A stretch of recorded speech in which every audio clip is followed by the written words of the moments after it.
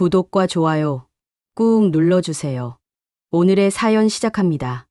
이 빌딩이 제 건물인데요. 강남 테헤랄로 한복판 250억짜리 프리미엄 오피스텔 앞에서 내가 조용히 말했을 때 시어머니 얼굴이 하얗게 질렸다. 뭐라고? 시어머니의 목소리가 떨렸다. 손에 들고 있던 명품 핸드백이 바닥에 떨어졌지만 줍지도 못했다. 불과 3시간 전까지만 해도 그들은 제주도 성산일출봉 앞 펜션에서 자연산 회를 뜯으며 웃고 있었다. 내 친정엄마 장례식 바로 그날의 말이다. 시어머니, 시아버지, 남편 민철이, 시누이 영미 부부까지 모두 한자리에 모여서 지영이는 혼자 해도 되겠지 라며 떠났던 그들이. 하지만 지금 이 순간 모든 것이 바뀌었다. 내 손에 들린 부동산 등기부등본에는 선명히 적혀 있었다.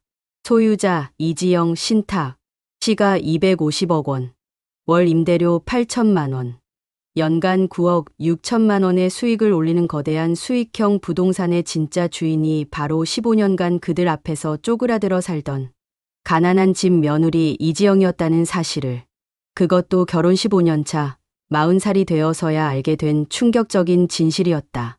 2024년 1월 세브란스 병원 301호 병실. 항암 치료로 머리카락이 모두 빠진 어머니가 산소호흡기를 끼고 누워 계셨다. 병실 구석 간이 침대에서 나흘째 밤을 새우고 있던 나는 어머니의 가쁜 숨소리를 들으며 보온 도시락에 미역국을 한 숟가락씩 떠들였다. 지영아, 네가 왜 이렇게 초췌해졌니?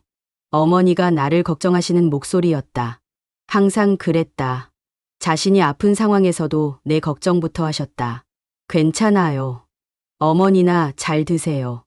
미역국 몇 숟가락을 드시더니 어머니는 고개를 돌리셨다. 식욕이 없으셨다.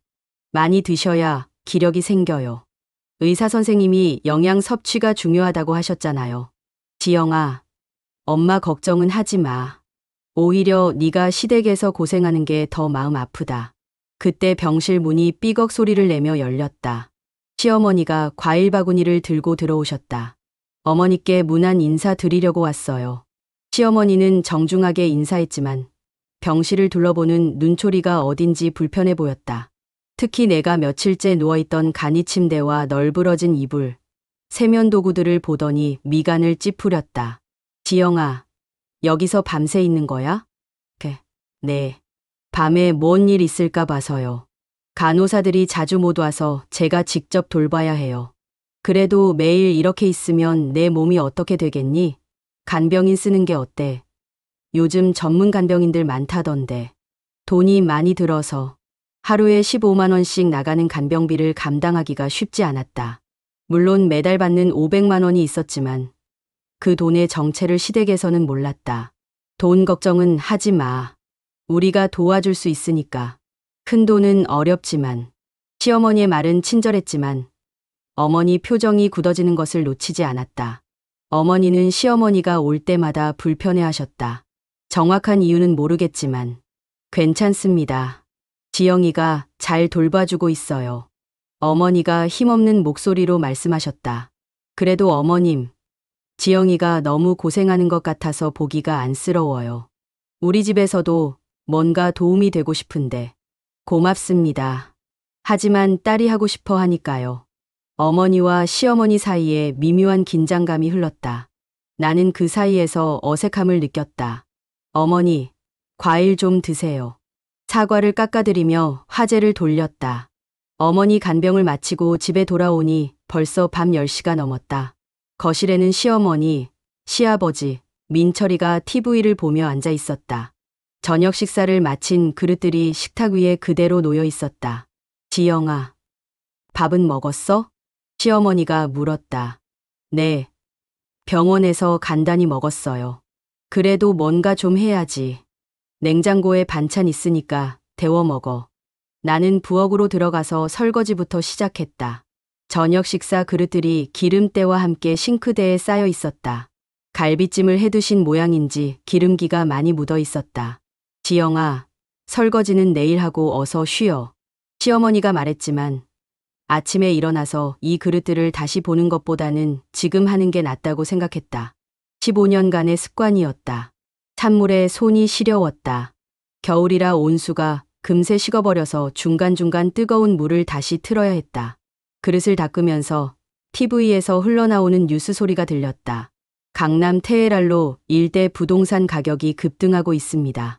특히 대형 오피스텔의 경우 작년 대비 30% 이상 오른 것으로 나타났습니다. 요즘 부동산이 정말 미쳤네. 강남에 건물 하나 있으면 평생 놀고 먹겠어. 시아버지의 말에 시어머니가 맞장구 쳤다. 그러게 말이야. 우리도 그런 건물 하나 있었으면 얼마나 좋겠어. 매달 임대료만 받아도 될 텐데. 지영이네 친정은 어때? 뭔가 부동산 같은 거 있나? 뭘 있어. 평생 파출부로 살아온 집안인데. 반지하 셋집에서 사는 걸 보면 알잖아. 나는 수세미로 그릇을 문지르면서 그들의 대화를 듣고 있었다. 그들은 내가 어떤 집안 출신인지, 얼마나 가난했는지에 대해서는 잘 알고 있었다. 친정어머니가 30년간 파출부로 일하며 나와 오빠를 키우셨다는 것도. 하지만 진실은 전혀 몰랐다. 마지막 그릇을 닦고 행주로 물기를 닦아내는데 시아버지가 또 말했다. 그래도 요즘 같은 세상에 부동산 하나 없으면 노후가 불안하다니까. 우리도 뭔가 투자를 해야 하는데 투자할 돈이 어디 있어. 민철이 월급으로는 생활하기도 빠듯한데. 시어머니의 말에 민철이가 끼어들었다. 어머니, 제가 승진하면 월급이 좀 오를 거예요. 그때 되면 투자도 생각해보죠. 승진이 언제 될지도 모르는데. 다른 사람들은 다 부동산으로 떼돈 벌고 있다는데 우리만 이렇게 살아야 하나. 나는 설거지를 마치고 부엌 정리를 하면서 그들의 대화를 들었다. 부동산, 투자, 돈.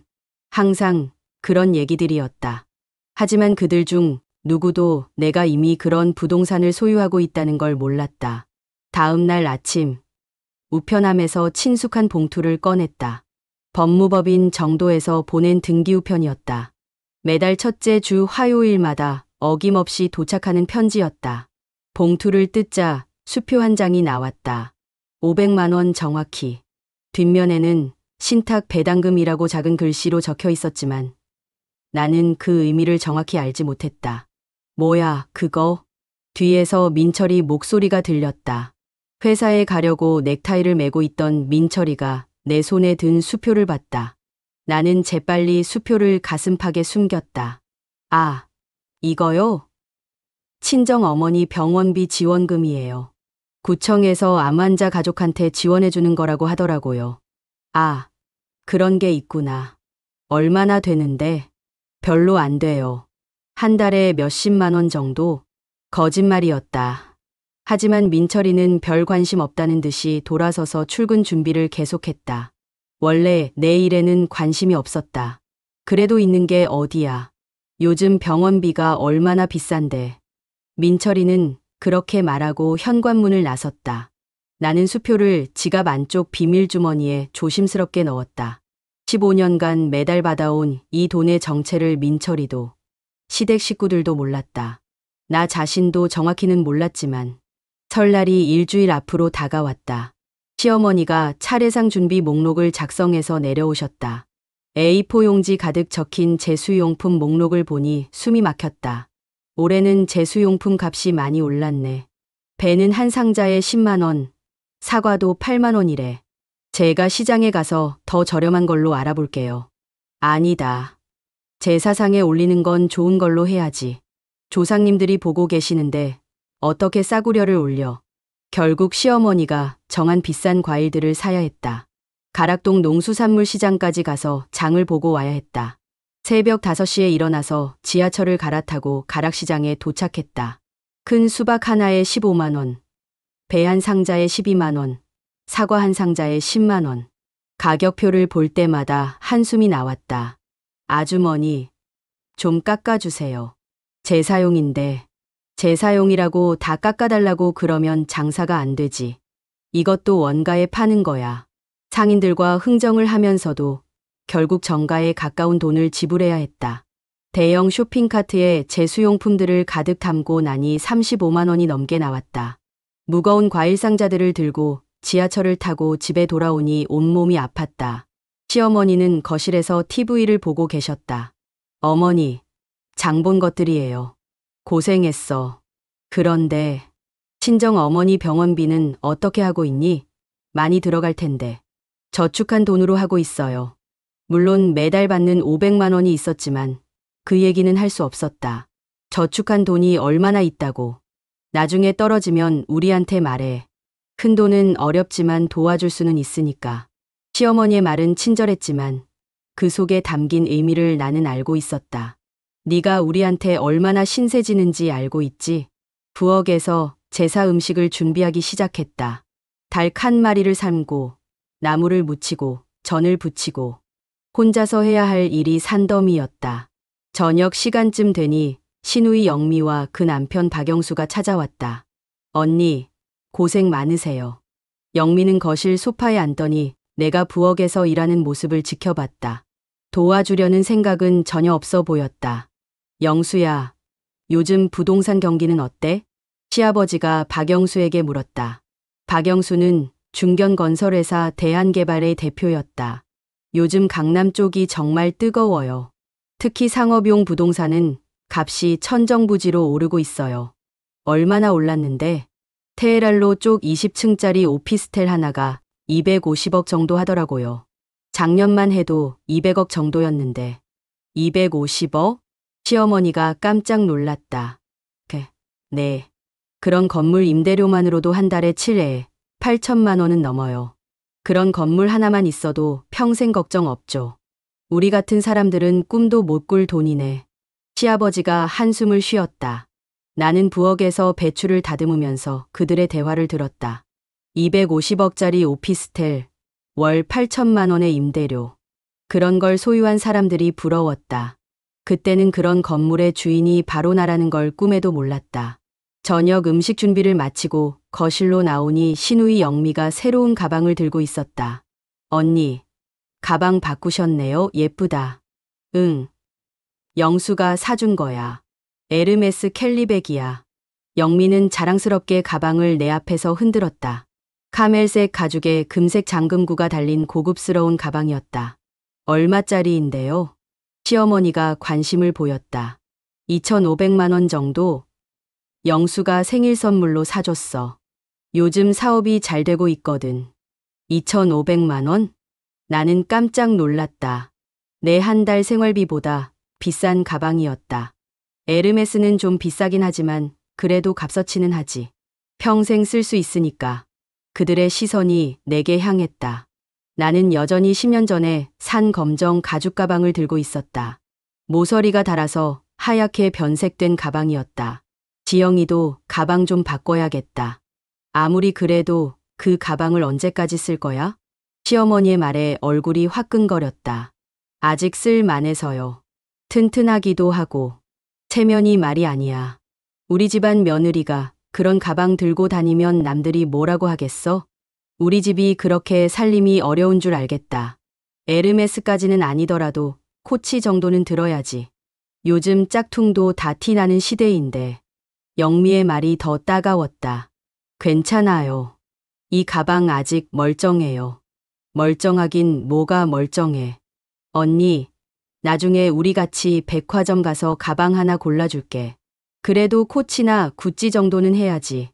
영미의 호의인 듯하지만 무시가 섞인 말에 나는 고개만 끄덕였다. 마음속으로는 울고 싶었다. 오후에 어머니 집에 가서 병원에 가져갈 옷가지를 챙겼다. 서초구 반지하 셋집은 늘 습기 냄새가 났다. 15평도 안 되는 작은 공간에 어머니가 30년간 살아온 흔적들이 빼곡했다. 거실 한편에는 낡은 브라운관 TV가 있었고 그 앞에는 어머니가 매일 앉으셨던 방석이 놓여 있었다. 부엌은 더욱 좁았다. 싱크대와 가스레인지, 작은 냉장고가 전부였다. 냉장고 위에는 어머니가 아껴 먹으시던 홍삼 한 박스가 놓여 있었다. 침실로 들어가니 더욱 마음이 아팠다. 싱글 침대 하나와 오래된 옷장이 전부인 좁은 공간. 침대 옆에는 어머니가 매일 드시던 약들이 정리되어 있었다. 혈압약, 당뇨약, 관절염약. 노인이 드시는 약들이 작은 쟁반에 가득했다. 그 옆에는 아버지의 오래된 책상이 있었다.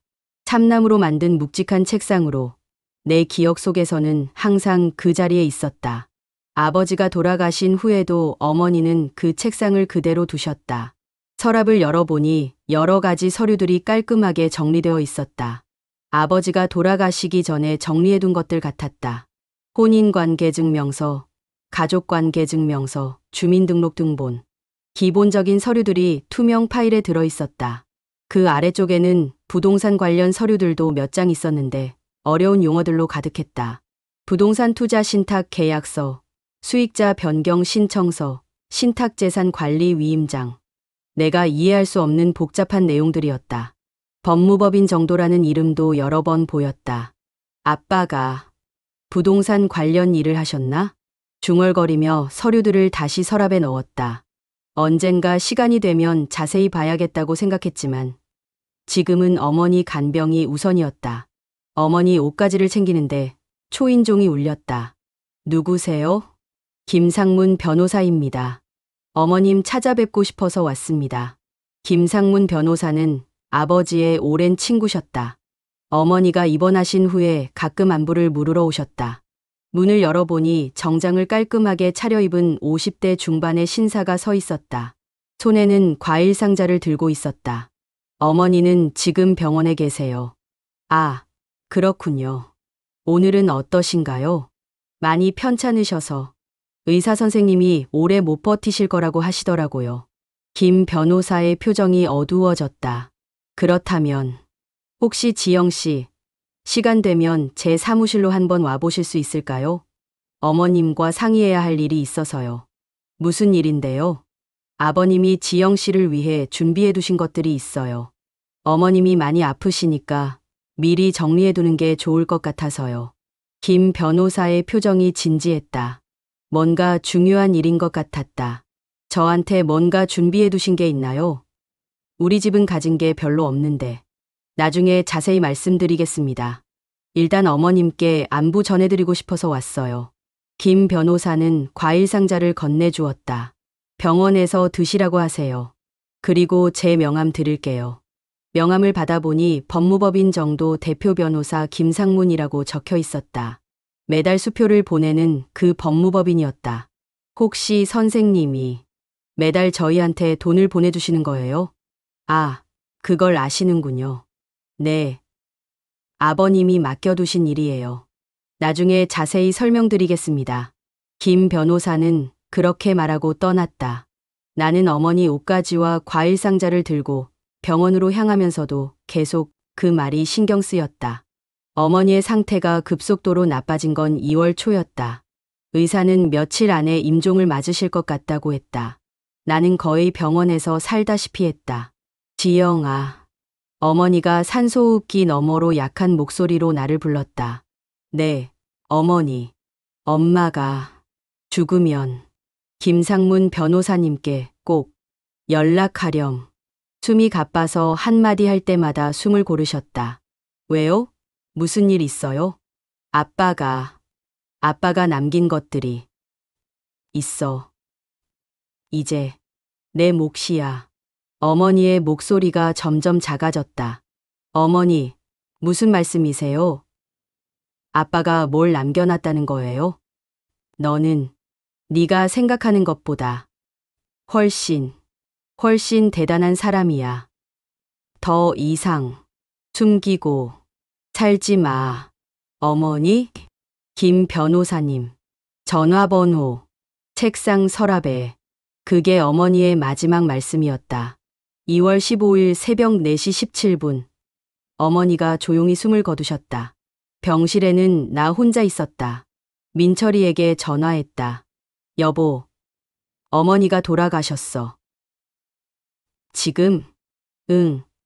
방금 전에. 전화 너머로 민철이가 한숨 쉬는 소리가 들렸다. 알았어. 지금 갈게. 하지만 민철이는 2시간 후에야 도착했다. 시댁 식구들한테 알려야 한다며 전화 통화를 하느라 늦었다고 했다. 고생 많았어. 민철이는 간단히 위로의 말을 했지만 어머니 손을 잡아보지도 않았다. 그저 병실 구석에 서서 휴대폰만 만지작거렸다. 장례식장은 어디로 할 거야? 세브란스 장례식장으로 하려고요. 규모는 작게 3일장으로요. 그래, 알아서 해. 나는 회사에 연락 좀 하고. 민철이는 또다시 전화를 걸기 시작했다. 나는 혼자서 어머니의 차가워진 손을 잡고 있었다. 장례식장은 어머니를 찾아오는 사람이 별로 없어서 한산했다. 30년간 파출부로 살아온 어머니에게는 그럴듯한 인맥이 있을 리 없었다. 어머니의 몇 안 되는 친구분들과 동네 아주머니들, 그리고 시댁 친척들이 전부였다. 조문객 대부분은 시댁 사람들이었다. 시어머니는 부지런히 조문객들을 맞이하며 인사말을 했다. 고인이 파출부를 하시면서 지영이를 키우느라 고생이 많으셨어요. 어려운 환경에서도 딸을 바르게 키우셔서 우리 집에 좋은 며느리로 보내주셨죠. 네, 고생 많으셨을 거예요. 그래도 딸이 효도를 잘해서 마지막까지 곁에 있으니 고인도 편안하셨을 거예요. 시어머니의 인사말은 정중했지만 어딘지 어머니를 가난하고 불쌍한 사람으로 규정하는 뉘앙스가 있었다. 마치 시댁에서 어머니를 불쌍히 여겨서 며느리로 받아들였다는 식으로 들렸다. 나는 어머니 영정 앞에 앉아서 찾아오는 조문객들에게 고개 숙여 인사했다. 눈물이 계속 났지만 참아야 했다. 상주는 울면 안 된다고 시어머니가 말했기 때문이다. 지영아, 상주가 너무 울면 고인이 저승해서 걱정한다. 슬퍼도 참아야 해. 이틀째 되는 날 저녁 박영수가 나를 따로 불렀다. 처형, 잠깐 얘기 좀 할까요? 네. 장례 절차는 어떻게 되나요? 화장하실 건가요? 네. 어머니 유언대로 화장해서 납골당해. 그렇군요. 그런데 혹시 어머니가 남기신 것들 정리는 하셨어요? 아직이요. 장례 끝나고 천천히 하려고요. 그런데 말이에요. 제가 부동산 일을 하다 보니까 아는 건데 요즘은 옛날에 이름만 빌려준 경우가 많아요. 혹시 어머니 명의로 된 재산이 있을 수도 있거든요. 박영수는 이미 내 건물에 대한 정보를 입수한 상태였다. 그의 회사가 강남 지역 재개발 사업에 뛰어들면서 주변 부동산들을 면밀히 조사했고 그 과정에서 어머니 명의로 되어 있던 신탁 정보를 알아낸 것 같았다. 재산이요? 네. 요즘 부동산 가격이 많이 올라서 옛날에 산 건물들이 대박이 나는 경우가 많거든요. 한번 확인해 보시는 게 좋을 것 같아요. 박영수의 눈빛이 이상했다. 뭔가를 노리고 있다는 느낌이 들었다. 어머니가 뭔 재산을 가지고 계셨겠어요. 평생 파출부로 사신 분인데. 그래도 혹시 모르잖아요. 제가 전문가니까 필요하면 도와드릴 수 있어요. 감사하긴 한데 정말 아무것도 없을 거예요. 그래도 한 번은 확인해 봐야죠. 나중에 문제가 될 수도 있고. 박영수가 계속 부동산 얘기를 꺼내는 게 이상했지만 장례 준비 때문에 깊이 생각할 여유가 없었다. 발인 전날 밤 시댁 식구들이 모여서 얘기를 했다. 지영아, 발인은 언제로 할 거야? 시아버지가 물었다. 내일 오전 10시에 하려고 해요. 내일 오전? 시어머니가 곤란한 표정을 지었다.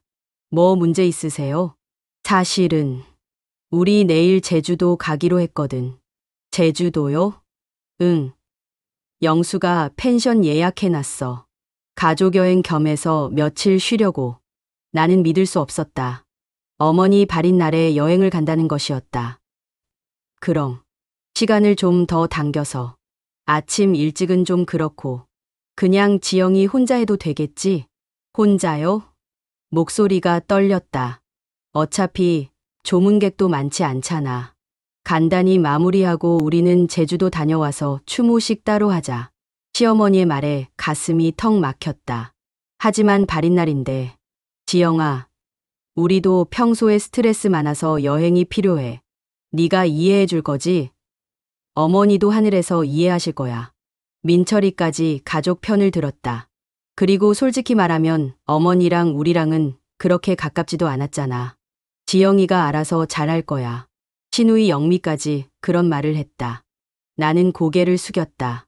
15년간 그래왔듯이. 네, 알겠어요. 미안하다.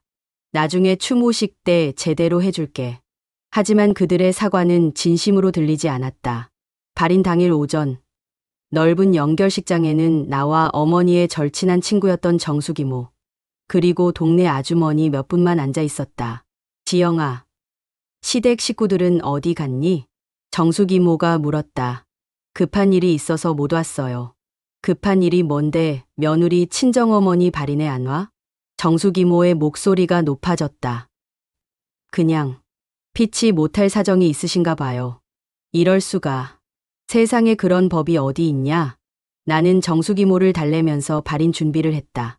관을 연구차에 모시고 화장장으로 향하는 길. 나는 혼자 연구차 뒤를 따라갔다. 화장장에서도 혼자였다. 어머니를 마지막으로 보내드리는 순간에도 곁에는 아무도 없었다.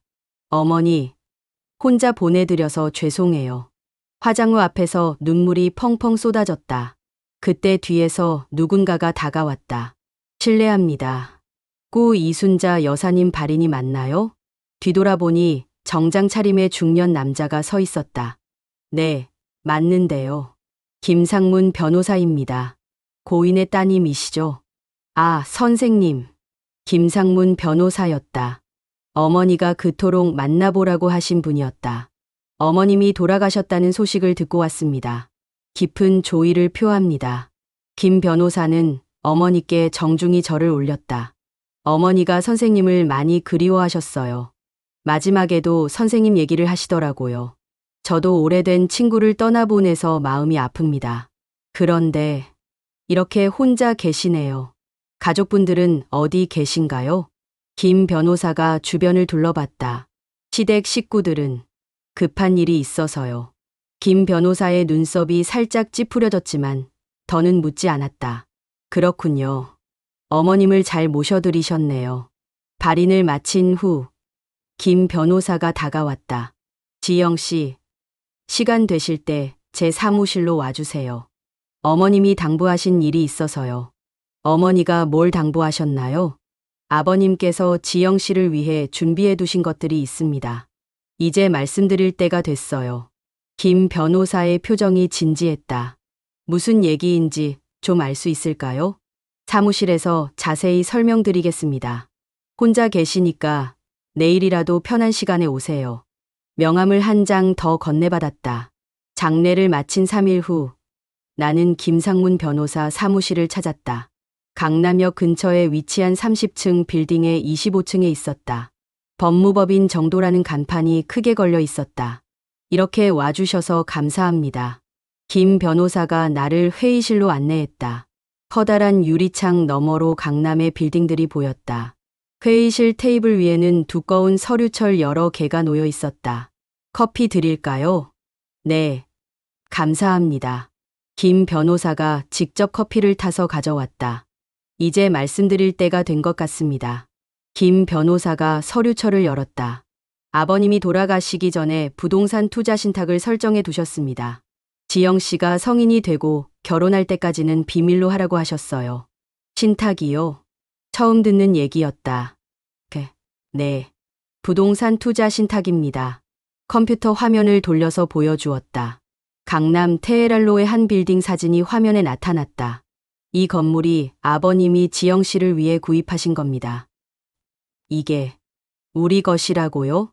나는 믿을 수 없었다. 화면에 나온 건물은 20층짜리 대형 오피스텔이었다. 정확히는 신탁의 최종 수익자가 지영 씨예요. 현재 시가로는 약 250억 원 정도 되고 매월 임대료 수입이 8천만 원 정도 나와요. 머리가 하얗게 변했다. 250억? 네. 그리고 연간 총 수익이 9억 6천만 원 정도 됩니다. 그럼 제가 지금까지 받은 500만 원은 그 건물 임대료에서 나온 거예요. 신탁 관리회사에서 운용비용과 세금을 제외하고 매월 지급해드린 거죠. 김 변호사가 다른 서류를 꺼냈다. IMF 때 아버님 회사가 어려워지자 미리 개인 재산을 신탁 형태로 보전하신 거예요. 당시에는 부동산 가격이 지금의 110 정도였거든요. 그럼 15년 동안 저는 네. 지영 씨는 15년 동안 250억 건물에 소유 주셨어요. 하지만 저는 아무것도 몰랐어요. 아버님이 그렇게 하라고 하셨어요. 지영 씨가 충분히 성숙할 때까지는 비밀로 하라고. 김 변호사가 또 다른 서류를 펼쳤다. 아버님의 유언서도 있습니다. 지영 씨가 35세가 되거나 어머님이 돌아가시면 모든 진실을 알려주라고 하셨어요. 그럼 어머니도 알고 계셨던 거예요? 물론입니다. 하지만 15년간 한 번도 말씀하지 않으셨죠. 왜요? 어머님도 힘드셨을 겁니다. 딸이 시댁에서 무시받는 걸 보면서도 진실을 말할 수 없었으니까요. 그제야 어머니의 마지막 말씀이 이해됐다. 더 이상 숨기고 살지 마. 선생님. 그런데 왜 지금까지 숨겨야 했나요? 김 변호사가 잠시 생각하더니 천천히 말했다. 아버님이 염려하신 건 이런 거였어요. 만약 어린 나이에 큰 재산이 있다는 걸 알면 진실한 인간관계를 맺기 어려울 거라고. 무슨 뜻인가요? 아버님은 지영 씨가 진짜 사람들을 알아보길 원하셨어요. 돈 때문이 아닌 지영 씨라는 사람 자체를 사랑하고 존중하는 사람들을 만나길. 맞는 말이었다.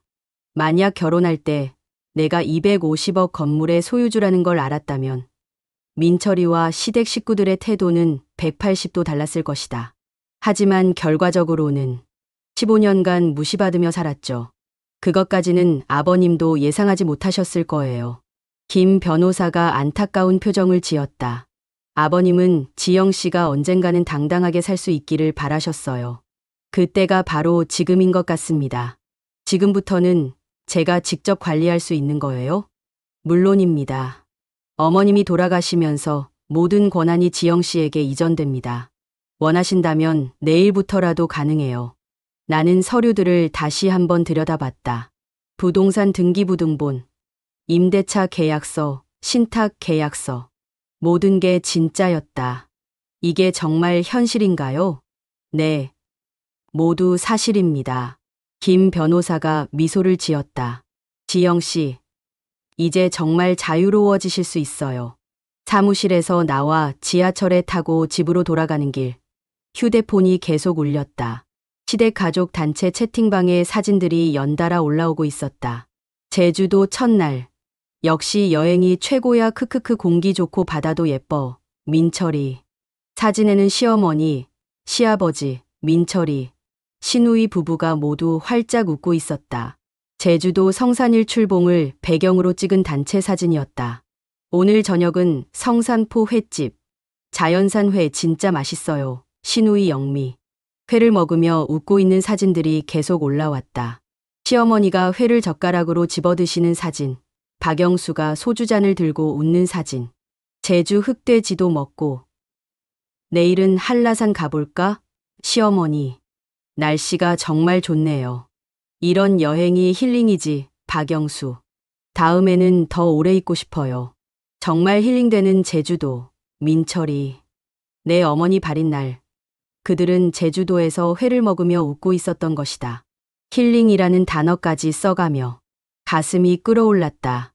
15년간 참아왔던 모든 감정이 한꺼번에 터져나오는 것 같았다. 지하철 안에서 사진들을 보면서 눈물이 났다. 분노인지 서러움인지 알 수 없는 복잡한 감정이었다. 휴대폰을 꺼 버리고 창밖을 바라봤다. 지하철이 한강철교를 지나가고 있었다. 강 위로 석양이 지고 있었다. 이제 정말 자유로워지실 수 있어요. 김 변호사의 말이 머릿속에 맴돌았다. 집에 도착해서 문을 열자 적막한 거실이 나를 맞았다. 모두 제주도에 가서 집이 비어 있었다. 나는 소파에 앉아서 오늘 있었던 일들을 정리해봤다. 250억짜리 건물의 소유주, 월 8천만 원의 임대료, 15년간 숨겨진 진실, 그리고 내 어머니 발인 날 제주도 여행을 간 시댁 식구들. 이제 어떻게 해야 하지? 중얼거렸다. 갑자기 모든 것이 바뀐 상황에서 무엇부터 해야 할지 모르겠었다. 시댁 식구들이 제주도에서 돌아온 건 3일 후였다. 모두 여행으로 상기된 얼굴이었다. 지영아, 어머니 잘 모셨어? 고생 많았지. 시어머니가 제주도 선물이라며 한라봉 2박스를 주었다. 네. 별일 없이 잘 마쳤어요. 그래도 혼자 하느라 힘들었을 텐데.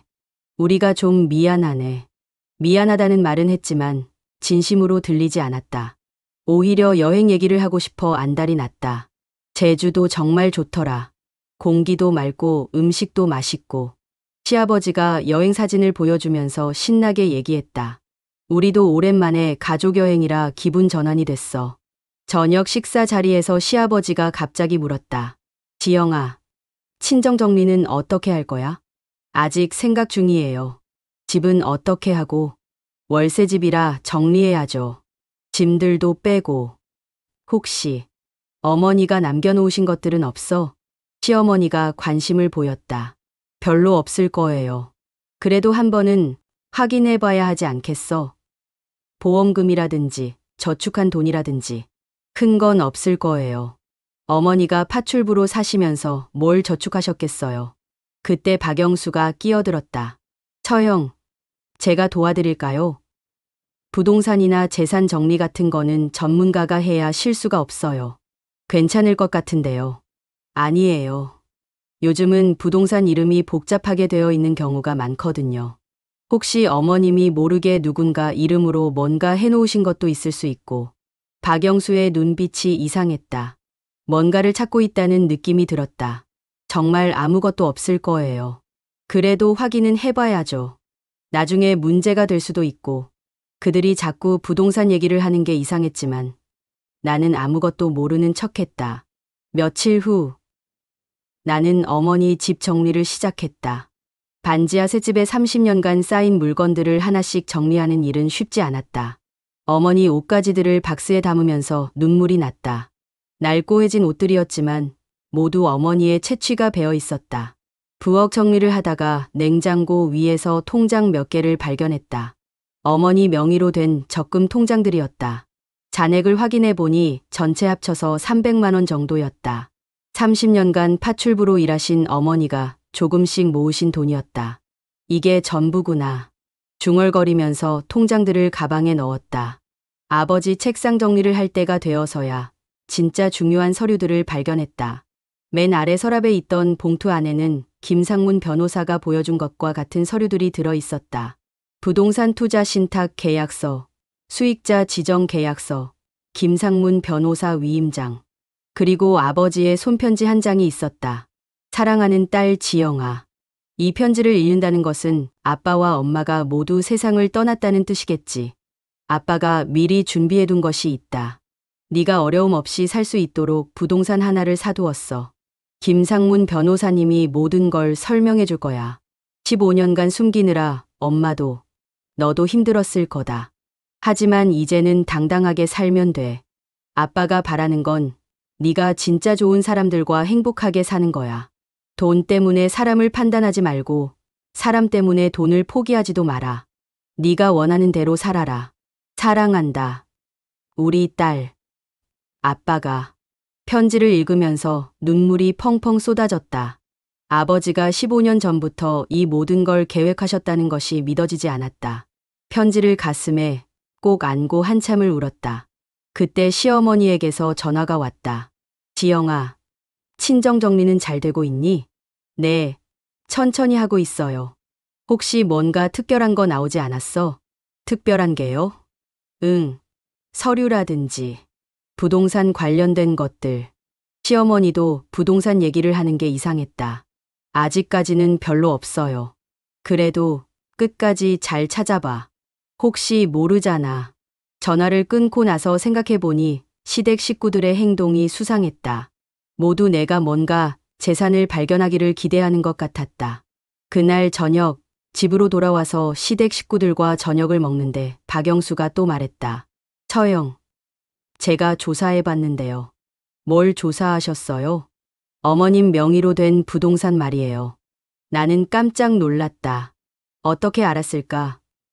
하지만 표정을 차분하게 유지했다. 부동산이요? 네. 강남 쪽에 큰 건물이 하나 있더라고요. 박영수가 서류를 꺼냈다. 그의 회사가 강남 재개발 사업을 위해 주변 부동산을 조사하는 과정에서 발견한 정보였다. 테헤랄로에 있는 20층 오피스텔인데 현재 시가로는 250억 정도 될 것 같아요. 250억? 나는 놀란 척 연기했다. 네. 그런데 문제가 있어요. 무슨 문제요? 어머님이 돌아가시면서 상속 절차가 복잡해졌어요. 자칫 잘못하면 상속세로 큰 돈이 나갈 수 있고 처리가 늦어지면 다른 사람들이 문제를 제기할 수도 있어요. 박영수의 표정이 심각했다. 상속세가 얼마나 나와요? 250억 기준으로 한 100억 정도. 세금 내고 나면 별로 안 남죠. 완전한 거짓말이었다. 신탁 재산은 상속세 대상이 아니었다. 그럼 어떻게 해야 하나요? 제가 도와드릴게요. 다만 절차상 위임장이 필요해요. 처형 대신 제가 모든 일을 처리할 수 있도록. 위임장. 바로 그것이었다. 내 재산에 대한 권한을 넘기라는 것이었다. 하지만 위임장을 쓰면 걱정 마세요. 가족이니까 믿고 맡기세요. 제가 최대한 유리하게 처리해 드릴게요. 시어머니가 끼어들었다. 지영아, 영수 말이 맞다. 전문가한테 맡기는 게 좋겠어. 그럼 수수료는? 가족인데 무슨 수수료? 그냥 도와주는 거야. 박영수가 웃으며 말했다. 그들이 내 재산을 노리고 있다는 게 확실해졌다. 한번 생각해 볼게요. 너무 오래 생각하면 안 돼요. 시간이 지날수록 세금이 더 나올 수 있거든요. 박영수가 조급해하는 모습을 보였다. 그날 밤 나는 김상문 변호사에게 전화했다. 선생님, 급하게 상의할 일이 있어요. 무슨 일이세요? 시댁에서 제 재산을 노리고 있는 것 같아요. 어떤 상황인지 내일 사무실로 와서 자세히 말씀해 주세요. 다음 날 김 변호사 사무실에서 만났다. 어떤 일인지 구체적으로 말씀해 보세요. 나는 시댁 식구들의 수상한 움직임을 모두 설명했다. 박영수가 어떻게 내 건물을 알게 됐는지, 위임장을 요구하는 이유는 무엇인지. 법적으로는 아무 문제 없습니다. 지영 씨가 정당한 소유주니까요. 다만 김 변호사가 잠시 생각했다. 가정 불화가 심해질 수 있어요. 이 상황을 어떻게 해결하고 싶으신지요? 15년간 무시당한 것에 대한 대가는 치르게 하고 싶어요. 하지만 너무 큰 문제는 만들고 싶지 않아요. 그럼 이렇게 해보는 건 어떨까요? 지영 씨가 건물주라는 걸 그들이 모른다는 점을 이용해서 그들의 진심을 확인해 보는 거예요. 어떻게요? 일단 신탁 관리권을 지영 씨가 직접 가지는 걸로 바꾸겠습니다. 그리고 시댁 사람들이 어떤 행동을 하는지 지켜보는 거죠. 김 변호사가 서류를 준비하기 시작했다. 그들이 정말로 지영 씨를 속이려 한다면 그때 진실을 공개하는 거예요. 어떻게요? 가장 효과적인 방법은 그들이 계약하려는 바로 그 순간에 말하는 거예요. 그들이 준비한 함정에 그들 자신이 빠지게 하는 거죠. 김 변호사의 눈빛이 예리했다. 무엇보다 지영 씨의 안전이 중요해요. 혹시라도 위험한 상황이 되면 즉시 연락 주세요. 24시간 연락 가능한 번호가 적힌 명함을 또 받았다. 집에 돌아와서 시댁 식구들에게 슬쩍 정보를 흘렸다. 요즘 친정 동네에 부동산 중개업소가 정말 많이 생겼더라고요. 저녁 식사를 하면서 말했다. 왜 그럴까? 시어머니가 즉시 관심을 보였다. 모르겠어요. 그런데 어머니 친구분이 그러시는데 어머니가 생전에 누군가 이름을 빌려서 부동산을 사두셨을 수도 있다고 하더라고요. 시댁 식구들의 눈빛이 번뜩였다. 어느 정도 규모인데? 시아버지가 몸을 앞으로 기울였다. 정확하지는 않은데 꽤 클 것 같다고 하시더라고요. 강남 쪽에 있다고. 강남? 박영수의 목소리가 높아졌다. 혹시 어떤 종류의 건물인지 아세요? 오피스텔 같은 거라고 하시던데. 확실하지는 않아요. 그 순간 시댁 식구들이 서로 눈을 마주치는 것을 봤다. 지영아, 그런 중요한 얘기를 왜 이제 하니? 시어머니가 약간 흥분한 목소리로 말했다. 중요한 건지 몰랐어요. 그냥 추측이실 수도 있고. 아니다. 이건 확실히 해야 해. 영수야, 네가 좀 조사해봐. 시아버지가 박영수에게 말했다. 네. 제가 바로 알아보겠어요. 박영수가 즉시 답했다. 그날 이후 시댁 식구들의 태도가 180도 바뀌었다. 지영아, 요즘 피곤해 보이네. 마사지라도 받고 와. 시어머니가 30만 원을 건넸다. 평소에는 용돈 5만 원도 아까워하던 분이었는데 어머니, 너무 많이 주시는 것 같은데요. 뭘? 우리 며느리인데 친정일로 고생하는데 이 정도는 해줘야지. 지영아, 친정 정리하느라 고생이 많지? 뭔가 도움이 필요하면 언제든지 말해. 민철이도 갑자기 친절해졌다. 평소에는 내가 뭘 하든 관심이 없던 사람이었는데 고마워요. 별로 어려운 일은 없어요. 그래도 부동산 같은 복잡한 일은 혼자 하면 안 되잖아. 우리 영수 형이 전문가니까 도움을 받아. 언니, 혹시 변호사나 공인중개사 소개해 줄까? 우리 영수가 아는 사람들이 많거든. 신우이 영미까지 적극적으로 나섰다. 그리고 언니, 옷도 좀 새로 사야겠어. 요즘 너무 수수하게 입고 다니는 것 같아. 영미가 내 옷차림을 훑어보며 말했다. 이 옷도 괜찮은데요. 아니야. 이제 건물주가 될 수도 있는 사람이 그렇게 입으면 안 되지. 우리 같이 쇼핑 가자. 하지만 나는 알고 있었다. 그들이 진짜 나를 걱정하는 게 아니라 내 재산을 노리고 있다는 것을. 일주일 후 박영수가 정식으로 제안을 가지고 왔다. 처형, 확인해봤는데 정말 대박이에요. 저녁 식사 후 거실에서 시댁 식구들이 모두 모였다. 어떤 대박이요? 테헤랄로 20층 오피스텔이 정말 어머님 명의로 되어 있더라고요. 현재 시가 250억입니다. 박영수가 서류를 펼쳐서 보여줬다. 250억이나 되는 거예요? 네. 하지만 문제가 있어요. 무슨 문제요? 상속세가 엄청 나와요. 그리고 요즘 부동산 경기가 불안해서 언제 가격이 떨어질지 모르거든요.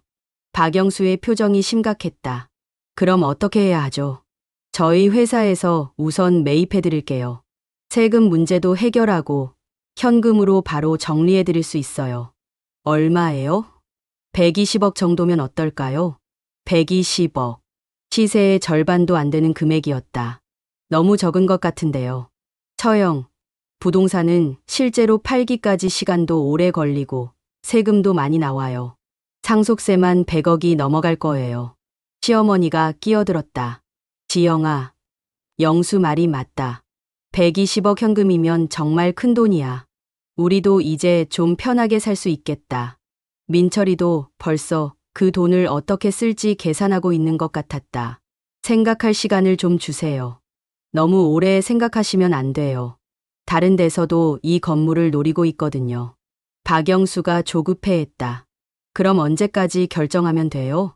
이번 주 안에 결정해 주시면 좋겠어요. 그날 밤 나는 그들의 대화를 몰래 녹음하기 시작했다. 지영이는 다 보니까 120억이라고 하면 좋다고 할 거야. 박영수의 목소리가 휴대폰 녹음기에 선명하게 담겼다. 그래, 250억짜리를 120억에 사는 거니까 우리가 130억 건 거지. 시아버지의 말도 들렸다. 지영이한테는 절대 실제 가격 말하면 안 돼. 괜히 욕심 부리면 곤란하니까. 시어머니까지. 그런데 정말 괜찮을까? 나중에 들키면. 민철이가 걱정하는 목소리였다. 뭘 들켜? 지영이가 뭘 알겠어. 워낙 순진하니까 우리가 잘 설득하면 돼. 그래. 어차피 지영이 혼자서는 그런 큰 건물 관리도 못하잖아. 우리가 대신해주는 게 나을 거야. 시어머니가 자기 합리화를 했다. 나는 그들의 탐욕스러운 본성을 모두 녹음으로 담았다. 며칠 후 나는 최종 결정을 내렸다. 영수 오빠 말대로 하겠어요. 정말요? 잘 결정하셨어요. 박영수가 기뻐했다. 그럼 언제 계약할까요? 내일 오후에 어떠세요? 강남에 있는 카페에서 만나서 계약서 작성하죠. 어느 카페요? 그 건물 1층에 있는 카페요. 한번 보시는 것도 좋을 것 같아서. 박영수가 제안했다. 좋아요. 나는 고개를 끄덕였다. 바로 내 빌딩 1층 카페에서 계약을 하자는 것이었다. 그들은 그 카페가 내 건물 안에 있다는 걸 전혀 모르고 있었다. 그날 밤 김상문 변호사에게 연락했다. 선생님, 내일 오후 2시에 제 빌딩 1층 카페에서 계약을 하려고 해요. 알겠습니다. 제가 미리 가서 기다리고 있겠어요. 선생님도 들어오시면 어떻게 해요? 처음에는 모르는 척 하다가 적절한 타이밍에 들어가겠어요. 김 변호사의 목소리에서 확신이 느껴졌다. 내일이면 모든 게 끝날 거예요. 계약 당일 시댁 식구들과 함께 강남으로 향했다. 택시 안에서 그들은 들떠 있었다. 지영아, 오늘 이후로는 우리 인생이 완전히 바뀔 거야. 시어머니가 흥분한 목소리로 말했다. 120억이면 정말 상상도 못했던 돈이지. 시아버지도 계산에 여념이 없었다. 이자만 놔둬도 한 달에 몇 천만 원씩 나올 거야. 민철이가 말했다. 우리도 이제 좀 여유롭게 살 수 있겠어. 외국 여행도 가고. 시누이 영미도 기대에 부풀어 있었다. 택시가 테헤랄로에 도착했다. 내 빌딩 앞에서 내렸을 때 시댁 식구들은 빌딩을 올려다보며 감탄했다. 와, 진짜 크네. 저게 다 지영이 거였다니. 20층이나 되는구나. 이런 빌딩 하나면 정말 평생 걱정 없겠다. 하지만 그들이 모르는 게 있었다. 김상문 변호사가 이미 1층 카페에 와서 기다리고 있다는 것을. 빌딩 1층 카페에 들어가니 박영수가 이미 와 있었다. 테이블 위에는 두꺼운 계약서가 놓여 있었다. 처형, 여기 앉으세요. 박영수는 계약서를 펼쳤다. 이게 매매 계약서예요? 나는 계약서를 천천히 읽어봤다. 매수인 대한개발주. 매도 대상 서울시 강남구 테헤랄로 번지 오피스텔 전체. 매수 금액 120억 원. 특약사항 매도인은 향후 해당 부동산에 대한 일체의 권리를 포기함.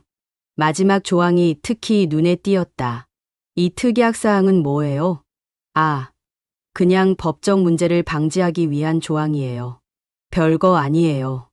박영수는 대수롭지 않게 넘어가려 했다. 여기 서명만 하시면 바로 계약금 20억을 입금해 드릴게요.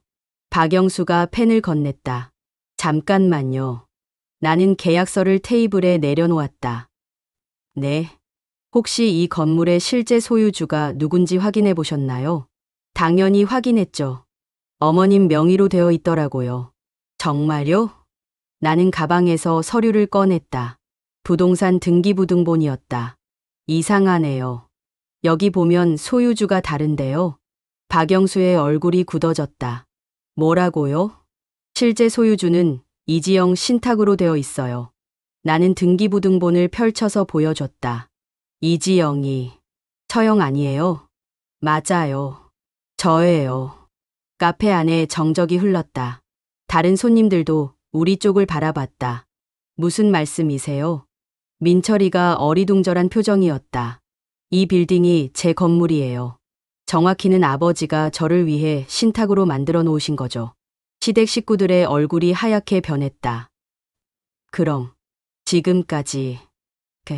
네. 15년 동안 저는 이 빌딩의 소유주였어요. 매월 받던 500만 원도 이 빌딩 임대료였고요. 그때 카페 입구에서 김상문 변호사가 들어왔다. 안녕하세요. 김상문 변호사입니다. 이지영 씨의 대리인이죠. 김 변호사가 정중하게 인사했다. 대리인이요? 박영수가 당황했다.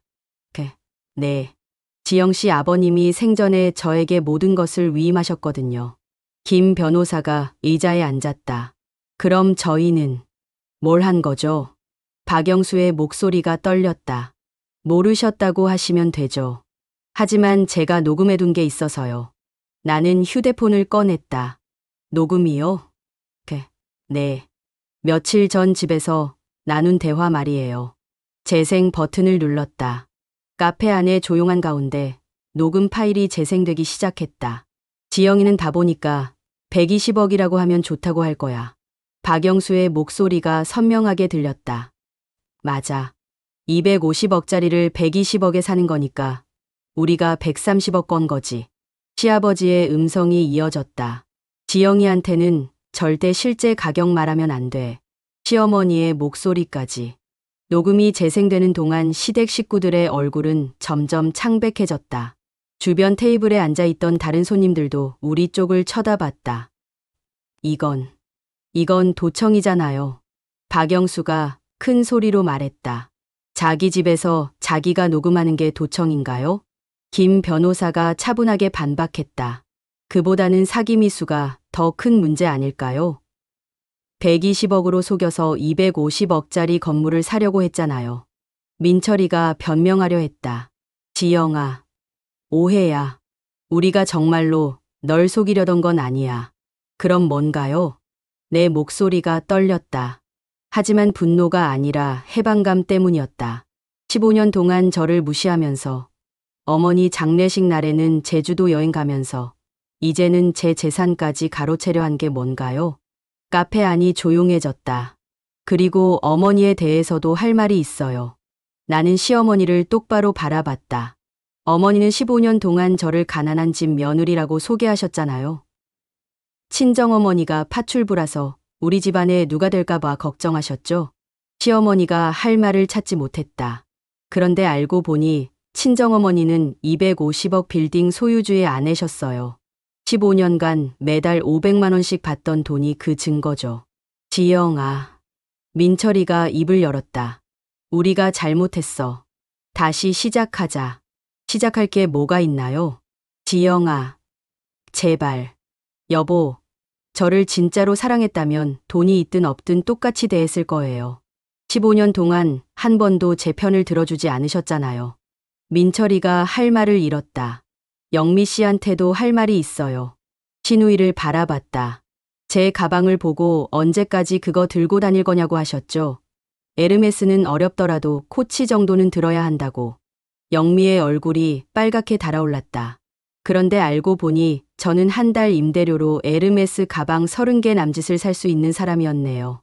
월 임대료가 8천만 원이거든요. 카페 안이 더욱 조용해졌다. 다른 손님들도 우리 대화를 듣고 있었다.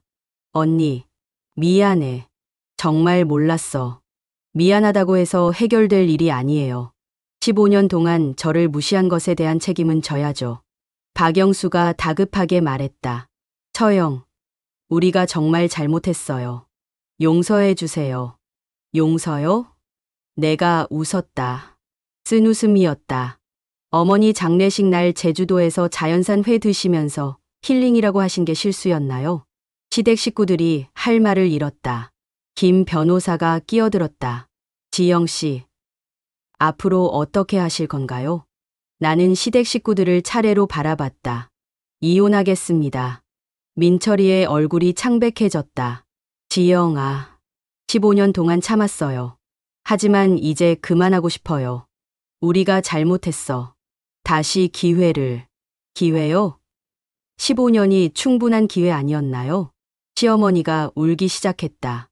지영아, 우리가 미안했다. 제발, 어머니, 진심으로 미안하다고 생각하세요? 시어머니가 대답하지 못했다. 15년간 저를 가난한 집 며느리라고 무시하고 친정어머니를 불쌍한 사람 취급하고 제 어머니 장례식 날에 여행을 가고 이제는 제 재산까지 가로채려 했는데 미안하다는 말 한마디면 다 해결되나요? 카페 안이 쥐죽은 듯 조용했다.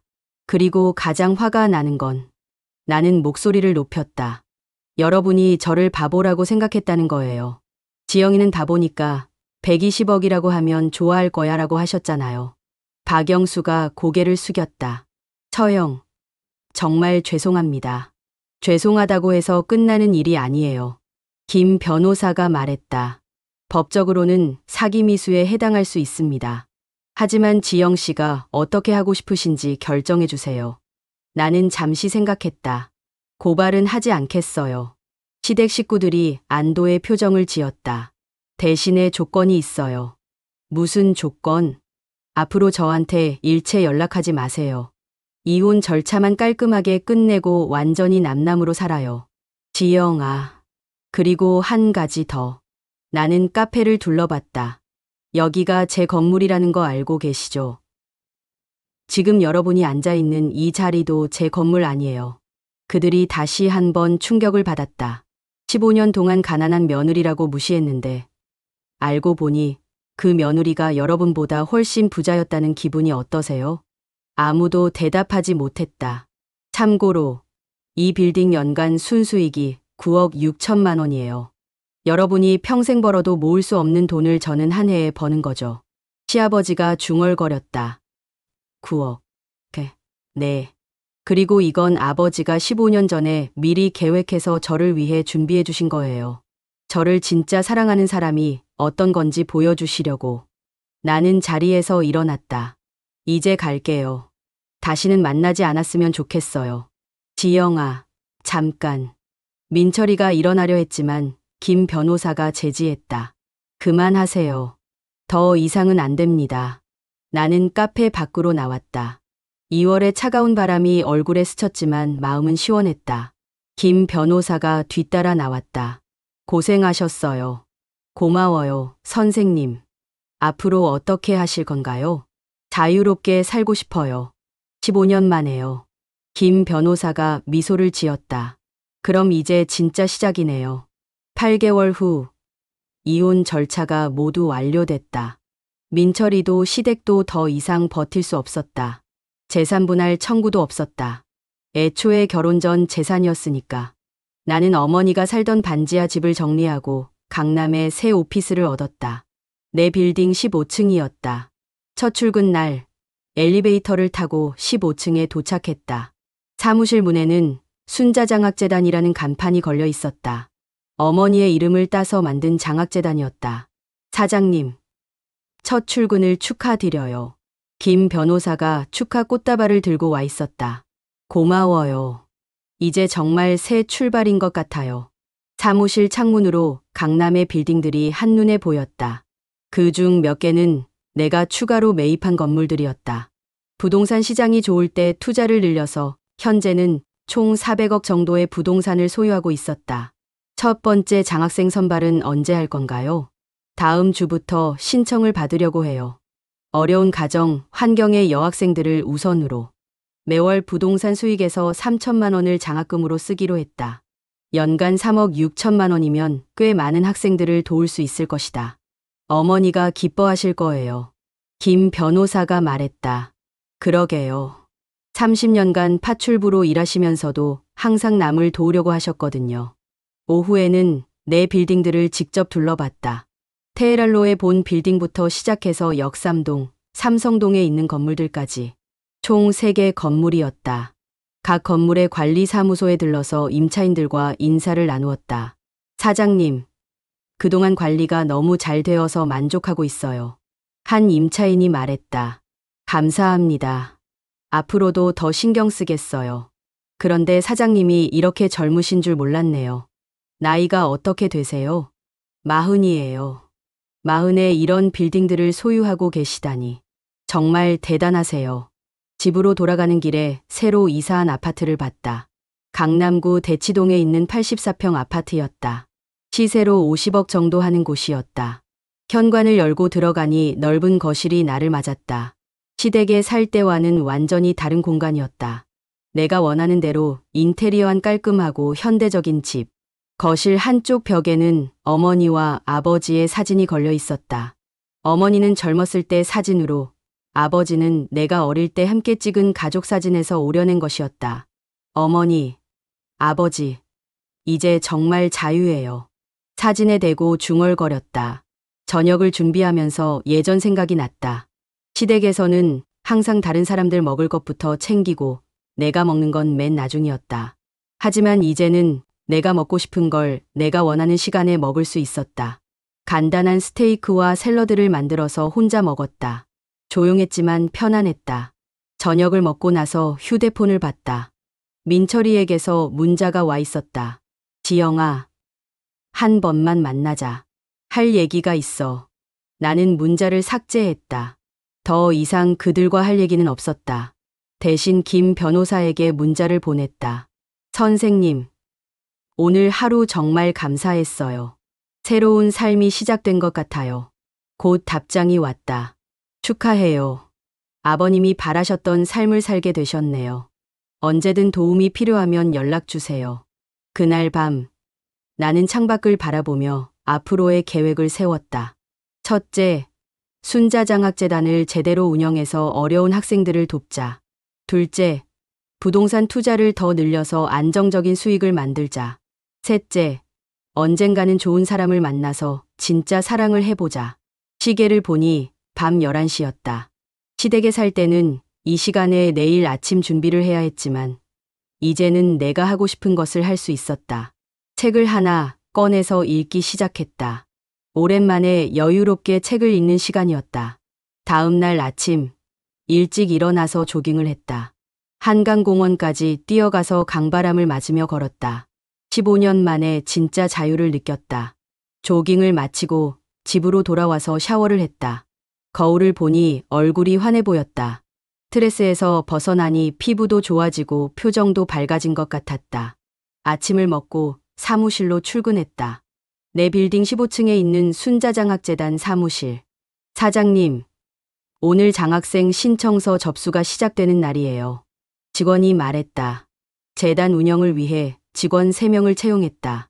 모두 20대 후반의 똑똑한 여성들이었다. 신청서는 어떻게 받을 건가요? 온라인과 오프라인 동시에 받으려고 해요. 특히 정보 접근이 어려운 학생들을 위해서는 각 학교에 직접 공지를 보냈어요. 잘했어요. 첫날부터 신청서가 몰려들었다. 경제적으로 어려운 환경의 여고생들이 주 대상이었는데 생각보다 많은 학생들이 신청했다. 점심시간에 신청서들을 하나씩 읽어봤다. 아버지가 사업에 실패하셔서 가정 형편이 어려워졌습니다. 하지만 공부를 포기하고 싶지 않아요. 어머니가 혼자 저와 동생을 키우고 계세요. 파트타임 일을 여러 개 하시면서요. 제가 공부를 잘해서 어머니께 보답하고 싶어요. 할머니, 할아버지와 함께 살고 있어요. 부모님은 어릴 때 사고로 돌아가셨어요. 대학에 가서 좋은 직업을 가지고 싶어요. 신청서를 읽으면서 눈물이 났다. 나도 그런 환경에서 자랐기 때문에 그 마음을 너무 잘 알았다. 이 아이들 모두 도와주고 싶네요. 중얼거렸다. 오후에는 김 변호사가 찾아왔다. 오늘 첫 접수일인데 반응이 어때요? 생각보다 많은 학생들이 신청했어요. 모두 도와주고 싶은 마음이에요. 그럼 장학금 규모를 늘리는 것도 생각해 보세요. 지영 씨 수입으로는 충분히 가능하죠. 그런데 선생님, 혹시 시댁 쪽에서 연락 온 거 없어요? 민철 씨가 몇 번 전화했는데 받지 않았어요. 더 이상 연락하지 말라고 하겠어요? 네. 그렇게 해주세요. 김 변호사가 다른 서류를 꺼냈다. 그런데 지영 씨, 혹시 재혼에 대한 생각이 있으세요? 재혼이요? 아직은 아니더라도 언젠가는 좋은 분을 만날 수도 있잖아요. 미리 재산 보호 방안을 생각해 두는 게 좋을 것 같아서요. 그런 것까지 생각해야 하나요? 네. 이번 일을 통해서 알았지만 돈 때문에 사람이 변하는 경우가 많거든요. 맞는 말이었다. 그럼 어떻게 해야 하죠? 혼전 계약서라는 게 있어요. 결혼 전에 재산 관계를 명확히 해두는 거죠. 알겠어요. 나중에 그런 일이 생기면 상의 드릴게요. 김 변호사가 돌아간 후 나는 혼자 생각에 잠겼다. 재혼. 아직은 생각해 본 적이 없었다. 15년간의 결혼 생활이 워낙 힘들어서 당분간은 혼자 살고 싶었다. 하지만 언젠가는 진짜 나를 사랑하는 사람을 만날 수도 있을 것이다. 내가 건물주라는 걸 모르는 상태에서 나를 좋아하는 사람을. 저녁에 집에 돌아와서 TV를 켰다. 뉴스에서 부동산 소식이 나오고 있었다. 강남 지역 상업용 부동산 가격이 또다시 상승했습니다. 특히 테헤랄로 일대 오피스텔은 작년 대비 40% 이상 올랐습니다. 내 건물 가치도 더 올랐다는 뜻이었다. 지금쯤이면 350억 가까이 될 것 같았다. 휴대폰에 문자가 왔다. 모르는 번호였다. 누나, 저 민수예요. 엄마, 대신 연락드려요. 한 번만 만나주세요. 민철이 남동생이었다. 시댁에서 나를 통해 뭔가 얻으려는 것 같았다. 나는 문자를 삭제하고 그 번호를 차단했다. 그 후로도 며칠간 시댁 쪽에서 계속 연락이 왔다. 시누이 영미, 심지어 시아버지까지 모두 차단했다. 일주일 후 순자장학재단으로 한 통의 편지가 배달됐다. 시어머니가 보낸 손편지였다. 지영아, 미안하다. 정말 미안하다. 15년간 널 무시하고 괄시한 우리가 잘못했다. 내 친정어머니께도 미안하고 너한테도 미안하다. 우리가 욕심을 부렸다. 내 재산을 탐냈다. 하지만 이제 와서 변명해봐야 소용없는 것 같다. 다만 한 가지만은 알아줬으면 한다. 민철이가 정말 많이 후회하고 있다. 매일 술만 마시고 있다. 제발 한 번만 만나줄 수 없겠니? 우리가 무릎 꿇고 사과하겠다. 시어머니가 편지를 읽고 나서 잠시 마음이 흔들렸다. 하지만 곧 마음을 다잡았다. 15년간의 무시와 모욕을 사과 한 번으로 해결할 수는 없었다. 특히 어머니 장례식 날의 배신은 더더욱. 편지를 쓰레기통에 버렸다. 한 달 후 첫 번째 장학생 발표가 있었다. 총 30명을 선발했는데 모두 어려운 환경에서도 꿈을 포기하지 않는 학생들이었다. 장학증서 수여식을 순자장학재단 사무실에서 했다. 학생들과 학부모들이 참석했다. 이 장학금은 제 어머니의 이름을 따서 만든 것입니다. 식에서 인사말을 했다. 제 어머니는 30년간 파출부로 일하시면서 저를 키우셨어요. 어려운 환경이었지만 늘 희망을 잃지 말라고 하셨죠. 학생들과 학부모들이 진지하게 들었다. 여러분도 지금은 힘들겠지만 꿈을 포기하지 마세요. 여러분의 노력이 언젠가는 반드시 결실을 맺을 겁니다. 박수가 터져 나왔다. 행사가 끝난 후 한 학생이 다가왔다. 사장님, 정말 감사해요. 이 장학금으로 대학에 갈 수 있을 것 같아요. 열심히 공부하세요. 나중에 다른 학생들도 도와줄 수 있는 사람이 되기를 바라요. 네, 꼭 그렇게 할게요. 그 학생의 눈빛에서 희망을 봤다. 내가 그 나이였을 때의 내 모습 같았다. 저녁에 집에 돌아와서 어머니 사진 앞에 앉았다. 어머니, 오늘 첫 장학금 수여식을 했어요. 어머니가 보시면 기뻐하실 것 같아요. 사진 속 어머니가 웃고 있는 것 같았다. 시댁에서 계속 연락이 와요. 사과한다면서 만나자고 하는데 어떻게 해야 할까요? 잠시 생각하다가 고개를 저었다. 아니에요. 이미 끝난 일이에요. 앞만 보고 살아야죠. 6개월 후 나는 완전히 새로운 일상에 적응했다. 아침에 일어나서 조깅을 하고 사무실에 가서 재단 일을 하고 저녁에는 책을 읽거나 영화를 보는 평범하지만 행복한 일상. 재단도 성공적으로 운영되고 있었다. 두 번째 장학생 선발에는 첫 번째보다 2배 많은 학생들이 신청했다. 소문이 나면서 더 많은 학생들이 관심을 갖게 된 것 같았다. 그런 어느 날, 김 변호사가 특별한 제안을 가지고 왔다. 지영 씨, 혹시 방송 인터뷰에 관심 있으세요? 방송이요? 네. KBS에서 성공한 여성 기업가 특집 다큐멘터리를 만들고 있는데 지영 씨 사연을 알고 싶어 해요. 제가 기업가인가요? 물론이죠. 400억 자산을 운용하고 재단도 운영하고 계시잖아요. 생각해보니 맞는 말이었다. 하지만 개인적인 얘기들이 방송에 나가는 건 좀. 그런 부분은 빼고 해도 돼요. 장학재단 운영하는 것만 집중해서 다뤄도 충분히 의미 있는 프로그램이 될 것 같은데요. 한번 생각해 볼게요. 일주일 후 나는 방송 출연을 결정했다. 나와 같은 환경의 학생들에게 희망을 주고 싶었다. 촬영은 순자장학재단 사무실과 내 빌딩에서 이루어졌다.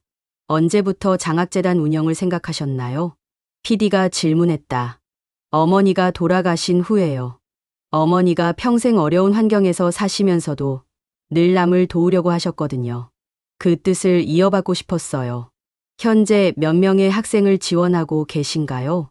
1차에서 30명, 2차에서 50명, 총 80명이에요. 내년에는 150명까지 늘릴 계획이에요. 대단하신데요. 재원은 어떻게 마련하시나요? 부동산 임대업을 하고 있어요. 그 수익으로 재단을 운영하죠. 어떻게 부동산 사업을 시작하게 되셨나요? 이 질문이 가장 어려웠다. 진실을 모두 말할 수는 없었다. 아버지가 미리 준비해 두신 거예요. 아버지가 돌아가신 후 한참 뒤에야 알게 됐죠.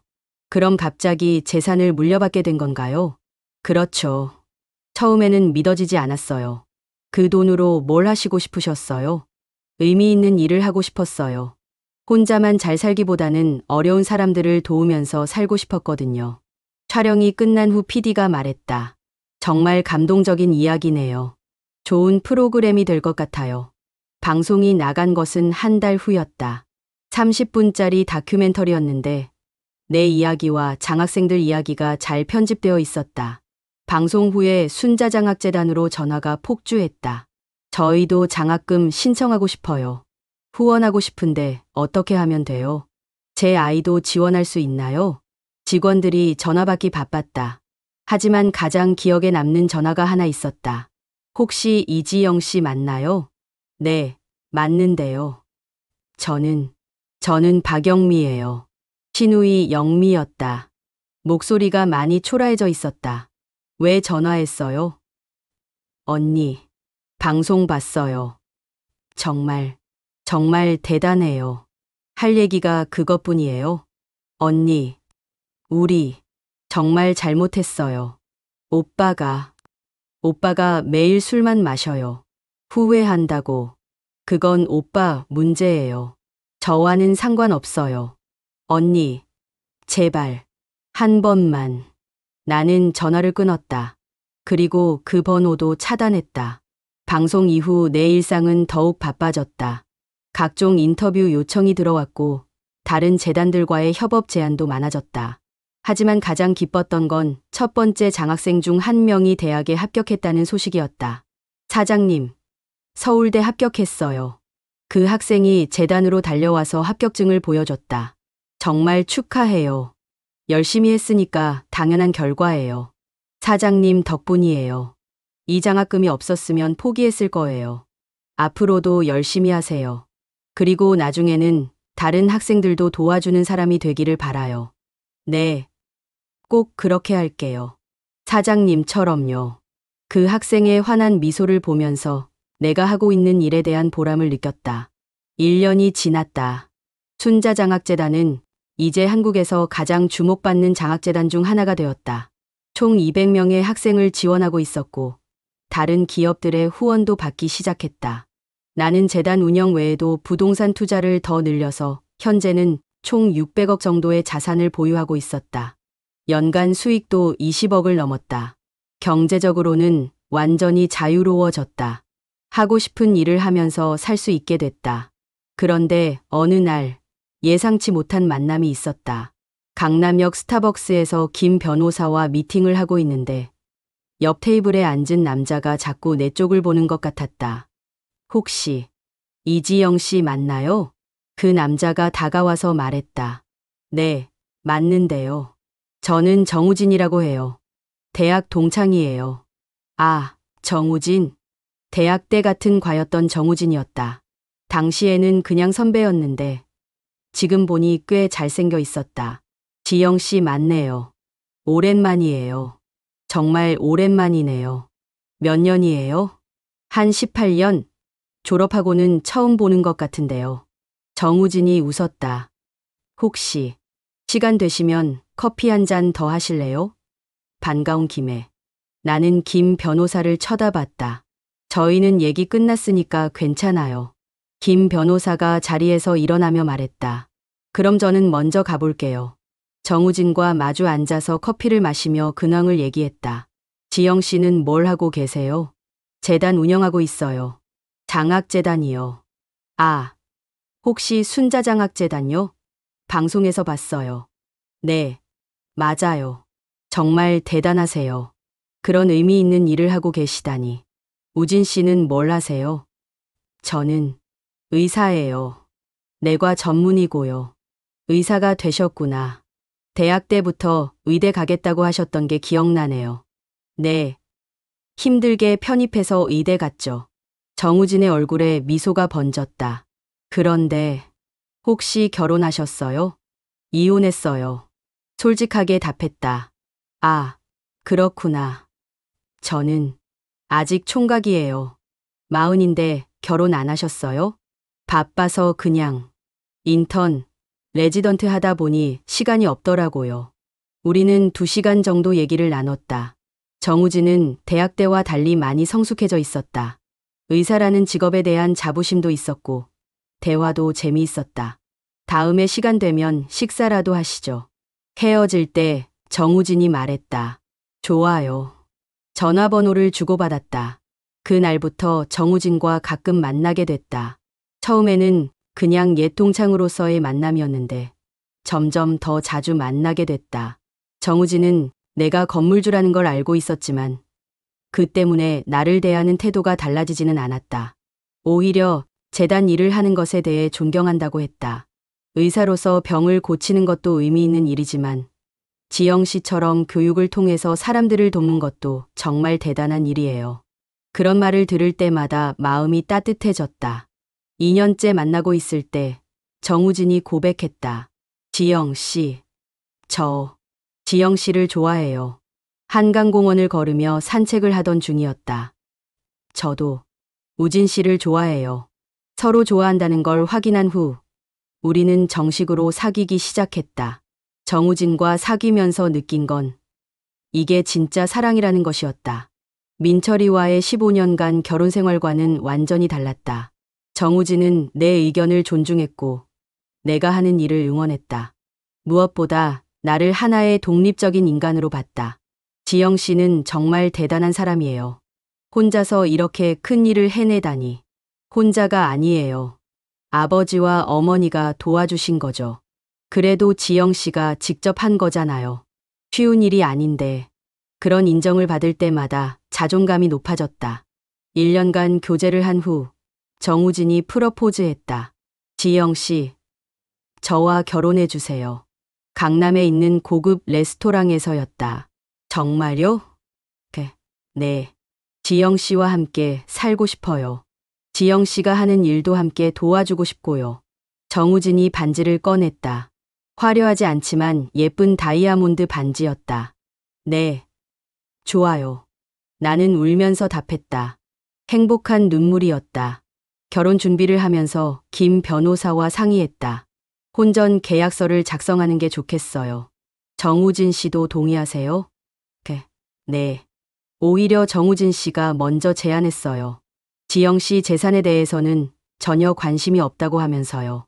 그런 분이시라니 다행이에요. 혼전 계약서에는 결혼 전 재산은 각자 소유하고 결혼 후에도 재산 운용은 각자 결정한다는 내용을 담았다. 정우진은 계약서에 기꺼이 서명했다. 지영 씨, 저는 지영 씨의 돈에는 관심이 없어요. 지영 씨라는 사람 자체가 좋은 거예요. 그 말을 들으면서 아버지의 바람이 이뤄졌다는 생각이 들었다. 돈 때문이 아닌 진짜 나를 사랑하는 사람을 만난 것이었다. 결혼식은 소규모로 했다. 정우진의 가족과 내 친구들, 그리고 장학생들 몇 명을 초대했다. 시댁 쪽에서는 아무도 초대하지 않았다. 이미 끝난 관계였다. 결혼식장에서 김 변호사가 축사를 했다. 지영 씨 아버님이 바라셨던 게 바로 이런 것이었을 겁니다. 진짜 사랑하는 사람과 함께하는 행복한 결혼이요. 박수가 터져 나왔다. 신혼여행은 유럽으로 갔다. 프랑스, 이탈리아, 스위스. 2주간의 여행이었다. 여행 중에 정우진이 말했다. 지영 씨, 정말 행복해요. 저도요. 앞으로도 계속 이렇게 행복했으면 좋겠어요. 네, 그럴 거예요. 신혼여행에서 돌아온 후 우리는 새 집에서 신혼생활을 시작했다. 강남구 압구정동에 있는 150평 아파트였다. 정우진과 함께 고른 집이었다. 정우진은 자신의 병원 일을 하면서도 내 재단 일을 적극 도와줬다. 의료진 네트워크를 활용해서 장학생들의 건강검진 프로그램도 만들었다.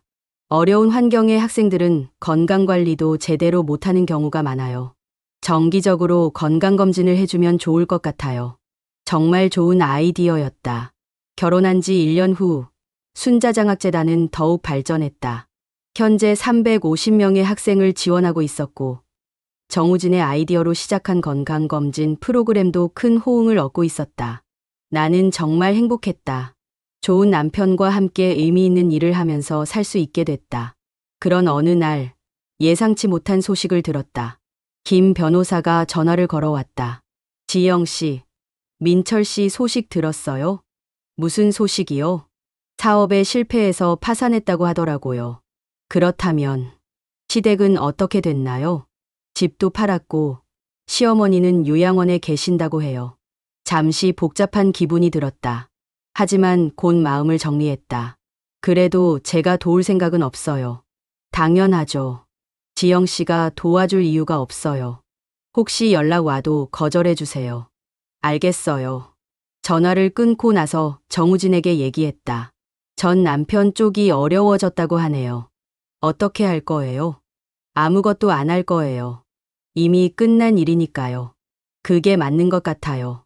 지영 씨가 받은 상처를 생각하면 정우진이 내 손을 꼭 잡았다. 대신 우리가 더 많은 학생들을 도와주면 돼요. 그래요.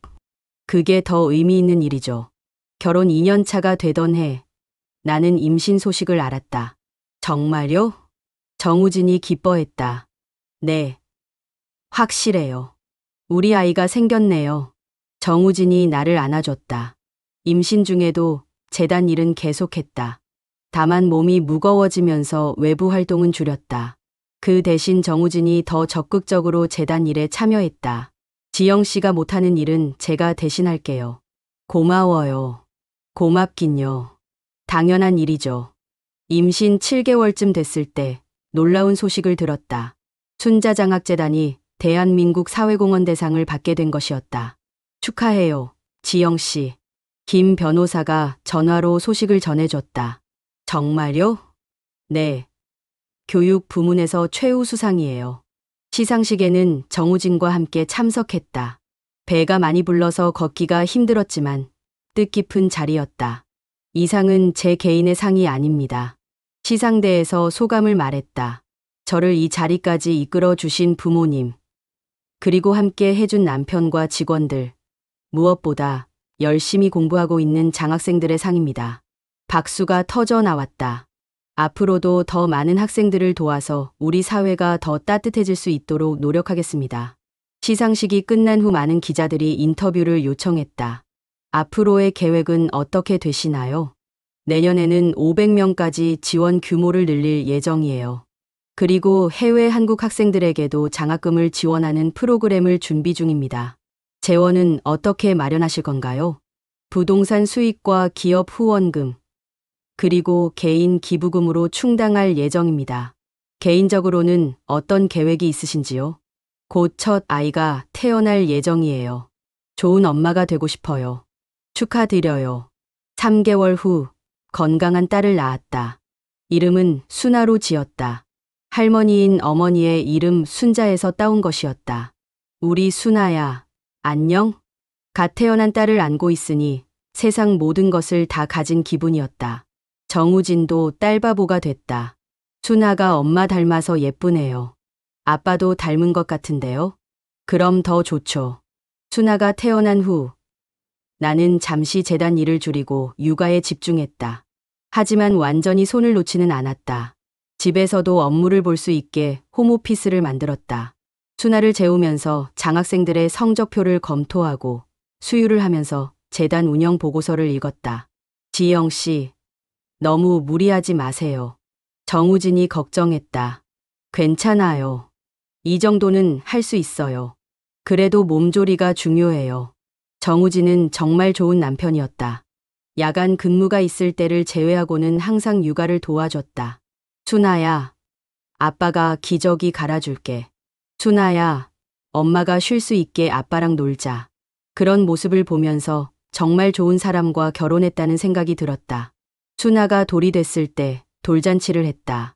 재단 직원들과 장학생들, 정우진 가족들이 참석했다. 순아야, 뭘 집을 거야? 돌잡이를 할 때 순아는 책을 집었다. 공부를 좋아할 아이가 되겠네요. 김 변호사가 웃으며 말했다. 엄마처럼 똑똑한 아이가 될 것 같아요. 그날 밤 순아를 재우면서 어머니 사진에게 말했다. 어머니, 순아가 벌써 돌이에요. 어머니가 보시면 얼마나 예뻐하셨을까요? 사진 속 어머니가 미소 짓고 있는 것 같았다. 저는 이제 정말 행복해요. 좋은 남편도 있고 사랑하는 딸도 있고 의미 있는 일도 하고 있고 어머니가 바라시던 삶을 살고 있는 것 같아요. 순아가 3살이 됐을 때 나는 순자장학재단을 더욱 확장했다. 현재 800명의 학생을 지원하고 있었고 해외 한국 학생들을 위한 프로그램도 시작했다. 또한 정우진의 제안으로 의료 소외 지역에 무료 진료소를 여는 사업도 시작했다. 지영 씨, 정말 대단해요. 몇 년 사이에 이렇게 큰 일을 해내시다니. 김 변호사가 감탄했다. 혼자서는 못했을 거예요. 우진이가 많이 도와줬거든요. 좋은 동반자를 만나신 것 같아 다행이에요. 순자장학재단의 성공으로 나는 여러 상을 받았다. 국무총리 표창, 대통령 표창까지 받았다. 하지만 가장 기뻤던 건 첫 번째 장학생이 대학을 졸업하고 취업에 성공했다는 소식이었다. 사장님, 저 대기업에 입사했어요. 그 학생이 재단을 찾아와서 감사 인사를 했다. 정말 축하해요. 열심히 했으니까 당연한 결과예요. 사장님 덕분이에요. 이 장학금이 없었으면 꿈도 못 꿨을 거예요. 이제 사회에서 열심히 활동하세요. 그리고 나중에는 다른 학생들도 도와주는 사람이 되기를 바라요. 네, 꼭 그렇게 할게요. 제 첫 월급부터 재단에 후원하겠어요. 그 말을 듣고 눈물이 났다. 내가 심은 씨앗이 열매를 맺고 그 열매가 다시 씨앗이 되는 선순환이 시작된 것이었다. 순아가 5살이 됐을 때 나는 자서전을 썼다. 제목은 250억 빌딩에 숨겨진 주인이었다. 어머니의 임종부터 시작해서 시댁에서의 15년간의 삶, 그리고 진실을 알게 된 후의 변화까지 모든 것을 솔직하게 썼다. 출간 전에 정우진에게 원고를 보여줬다. 이렇게 자세히 써도 될까요? 왜 안 돼요? 지영 씨 이야기인데. 시댁 얘기도 많이 나오잖아요. 사실을 쓴 거잖아요. 문제될 게 없어요. 자서전이 출간되자 베스트셀러가 됐다.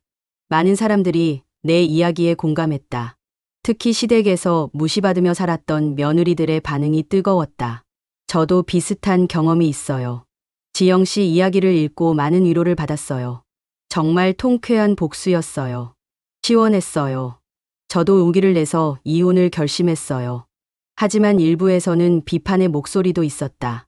너무 잔혹한 복수 아닌가요? 가족들을 너무 매정하게 버린 것 같아요. 그런 비판에 대해서 나는 한 인터뷰에서 이렇게 답했다. 저는 복수를 한 게 아니라 진실을 말한 것뿐이에요. 15년간 무시받고 모욕당한 것, 어머니 장례식 날 여행을 간 것, 제 재산을 가로채려 한 것, 모두 사실이었거든요. 그래도 가족인데, 진짜 가족이라면 그런 짓을 했을까요? 저는 진짜 가족이 무엇인지 깨달았어요. 혈연이 아니라 사랑과 존중이 바탕이 되는 관계가 진짜 가족이죠. 자서전 출간 후 더 많은 사람들이 순자장학재단에 관심을 갖게 됐다. 후원금도 크게 늘었다. 현재 순자장학재단은 연간 30억 원의 예산으로 1,500명의 학생을 지원하고 있다. 한국에서 가장 큰 교육 지원 재단 중 하나가 됐다. 순아가 10살이 됐을 때 나는 55이 됐다. 엄마는 어떤 어린이였어요? 순아가 물었다. 엄마는 가난했지만 열심히 공부하는 어린이였어. 지금처럼 부자였어요? 아니야. 엄마가 어릴 때는 정말 가난했어. 할머니가 파출부로 일하셔서 엄마를 키우셨거든. 그럼 언제부터 부자가 됐어요? 할아버지가 엄마를 위해 미리 준비해 두신 걸 나중에 알게 됐어. 엄마가 결혼하고 나서야. 할아버지가 대단하셨네요. 그래, 정말 대단하신 분이었어. 순아와 그런 대화를 나누면서 다시 한번 아버지의 사랑을 느꼈다. 15년간 숨겨져 있던 그 사랑이 결국 나를 자유롭게 해줬다. 그리고 이제는 그 사랑을 다른 사람들에게도 나누어 줄 수 있게 됐다. 현재 나는 정말 행복하다. 사랑하는 남편과 딸이 있고 의미 있는 일을 하며 경제적으로도 자유롭다. 무엇보다 더 이상 누구의 눈치를 보지 않고 당당하게 살 수 있다. 이것이 어머니가 바라셨던 삶이고 아버지가 준비해 주신 삶이다. 15년간의 굴욕을 딛고 찾은 진정한 자유. 그것이 내가 얻은 가장 큰 선물이다.